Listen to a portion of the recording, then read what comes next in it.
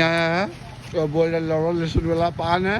इधर में गोला खा रहा है और इधर में बाबा जैसे डाल रहा है उसमें चिलम डाल जैसा बाबा का चिलम का साफ ही डाल।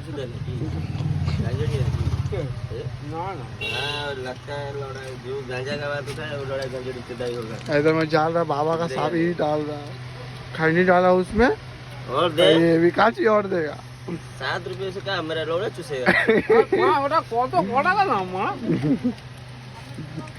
গজা আছে না ভুলে গেছিলাম তো आगे का ही पैसा है कितना আগে 5 টাকা বাদ और 5 टका 5 টাকার জন্য तो 5 उसमें টা अब বার বললো रेडी हो गया चिलम। अब साफिर मारेगा कि पाएगी माचिस ठोकेगा दुमान निकलेगा गिप गिप तब आत्मा शांत होगा। तो इधर में बनारस वाला पान तो रेडी हो गया गिप गिप करे। अब इधर पैसा निकल रहा आई तो জল দাও जोड़ खा बे দাও না মা जल कोई लाके रखा था उसने एक दिन भर के लाया है जल ওই তো ভরা আছে তো बड़ा আছে ওগুলো কি এটা দাম আছে দিতে পারবি 5 টাকা দিতে পারছিস 30 টাকা দামে জল খাবি